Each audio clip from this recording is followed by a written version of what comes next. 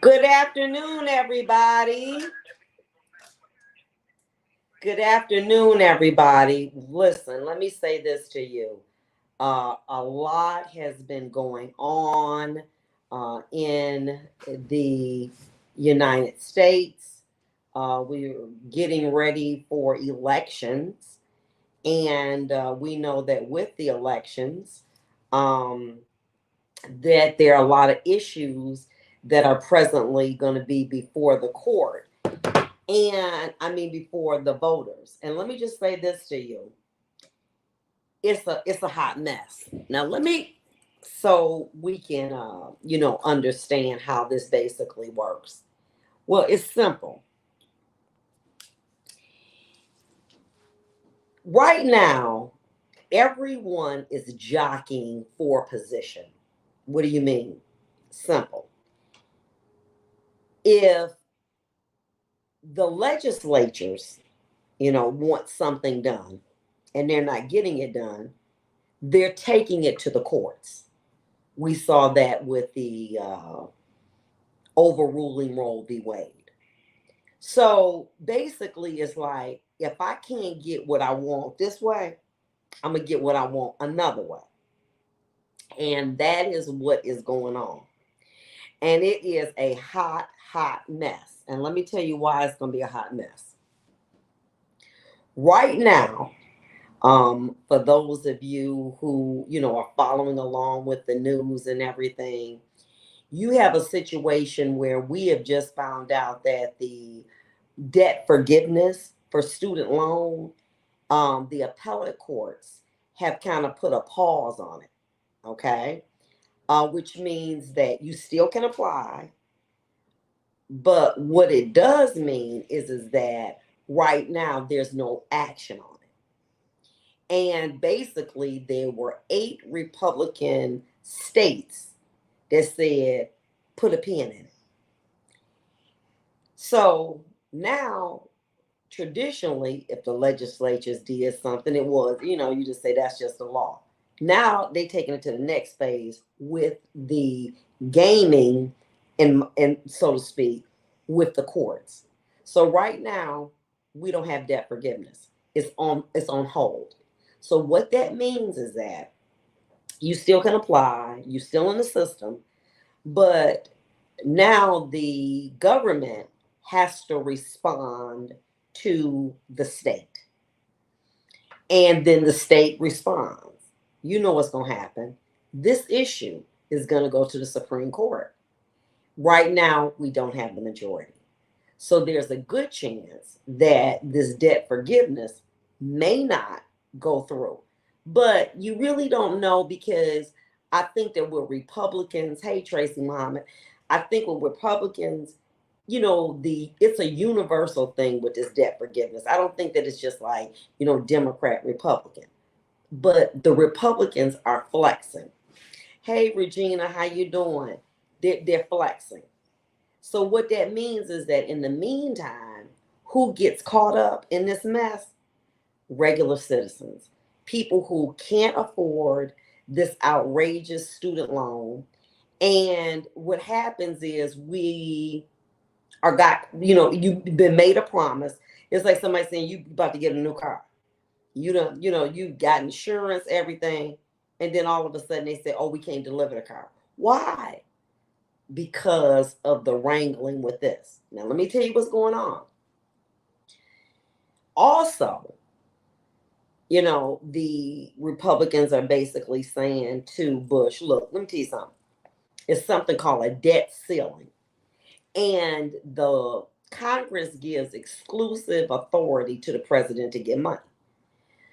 Well, Congress is saying that we are going to vote so that we can eliminate this debt ceiling. Guess what that would happen to us? Interest rates are going to go sky high. And the country can go in default. So that is what the Republicans are telling Biden, unless you cut back Medicaid and Social Security. But here's the rub. we understand that's far off. You know what I'm saying? That's like right down the line. But right now, regular people are hurting. There is a great chance, I believe, in my mind, that the Republicans probably are going to take back the House. People, when they get desperate, want to be able to have something that makes sense. Right now, the food is off it's ridiculous. As I indicated before, fine dining to me now is eating name brands. Food is so expensive. And what people are saying, make it stop. And if that means that I vote Republican, I will, or I won't vote at all. Which means that if the Republicans take back over the House, oh baby, you got trouble. Because what they're saying is they're willing to make the country go into default if they don't cut back on Medicaid and Medicare and Social Security. Do Republicans want to hurt those people? Nope. They're jockeying for power. But regular people are saying this. Gas is high. We're in a recession. I can't even look at my 401k no more. I mean, because there's no way I can replenish it. So if interest rates go through the roof, we are going to be in a full-fledged inflation. And that's not a good thing because we're going to be messed up. I don't know if many of you remember, I was a child. When you had to wait in line to get gas, we had inflation. I remember my parents were school teachers. They were on strike, had to get bridge car. Everything was, what else food stamps in? Everything was messed up, turned upside down. That's what we're looking at. Right now, I mean, I understand Biden's concern to help other people. I'm with it. But you got to be able to look out for your own first. And I think that a lot of people, including, myself, have, because like I said, I have been a Democrat for life. But right now, when I'm looking at my immediate needs, my 401k is upside down. People are very reluctant to get lawyers when their money is tight. So that's affecting my practice. Gas is high and food is high. And so now somebody is saying, but guess what? I got a solution. All you got to do is vote Republican and all this will go back. We thought it was bad with Donald Trump. There's no way. It's far worse. And everyone knows that it is far worse. And it is my belief, and I don't know, because, I don't know enough about the economy to, but I know this. When we stuck our nose in what was going on with Russia, things got turned upside down. It turned upside down at that point. I'm not saying that the Ukrainian people don't need our support. They do. I'm not saying that Russia's not a bully. They are. But at some point, you got to save yourself. And right now, there are a lot of unhappy people. And they're unhappy because the way we've been living right outside of a pandemic is turned upside down. I go to the gas station. I was like, oh, wow, gas is $3.65. That's ridiculous. But it seems to me, and I may be wrong, and I don't know a lot, but I think that if I see that, other people are looking at it as well. These elections are going to be tight. They are going to be close. We see that Gretchen has raised a ton of money.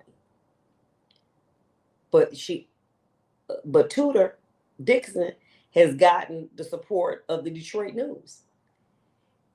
It's not the money. It's the people who will go to vote. My fear is that you're going to have people who are going to say, you know what, I understand, I'm concerned about women's rights, but I'm also concerned about how I'm going to feed my children. I'm also concerned about my job. So, I ain't going to just vote. Well, if you are a Democrat and you traditionally voted Democrat, a non-vote is a vote for the Republican Party. This election is going to be upside down.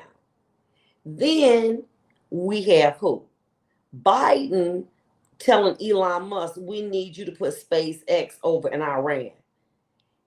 Now, you're giving, to me, too much power to a regular layperson. He's gonna stop. He's gonna start demanding some weird things too. This economy, this situation is messed up. And what it is because I felt, and I think that most people did feel, that Biden was a long-lasting politician. It was like this. You ever been in a choir? You be singing good with other people, but then when you got to do your solo, you realize your voice ain't as strong as you thought it was, because now the only voice that you're hearing is your voice. And right now, there are a lot of people that are unhappy.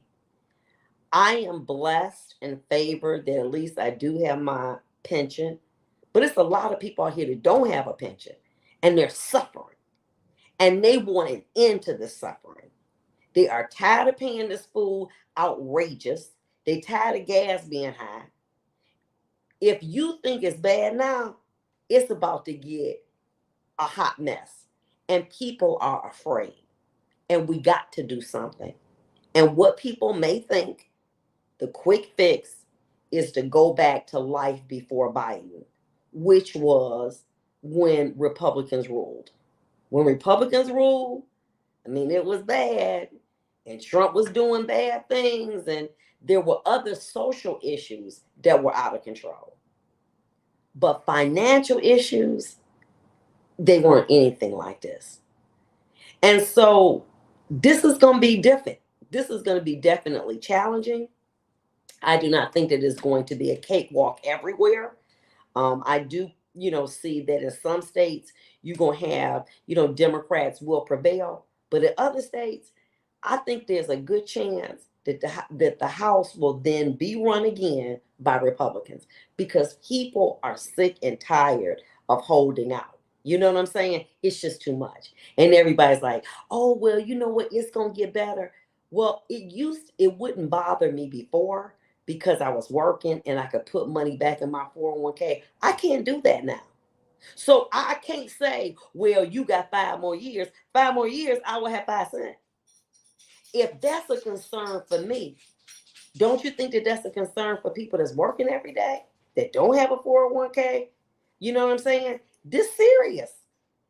And I think that what people want, we want an immediate fix to stuff. And that immediate fix may not just be right up, but a lot of people, I believe, are going to vote Republican that did not traditionally vote Republican, or they're not going to vote at all, because that's an apathetic vote. An apathetic vote is a vote for the other side. It's not looking good, folks. It's not looking good. We'll be back.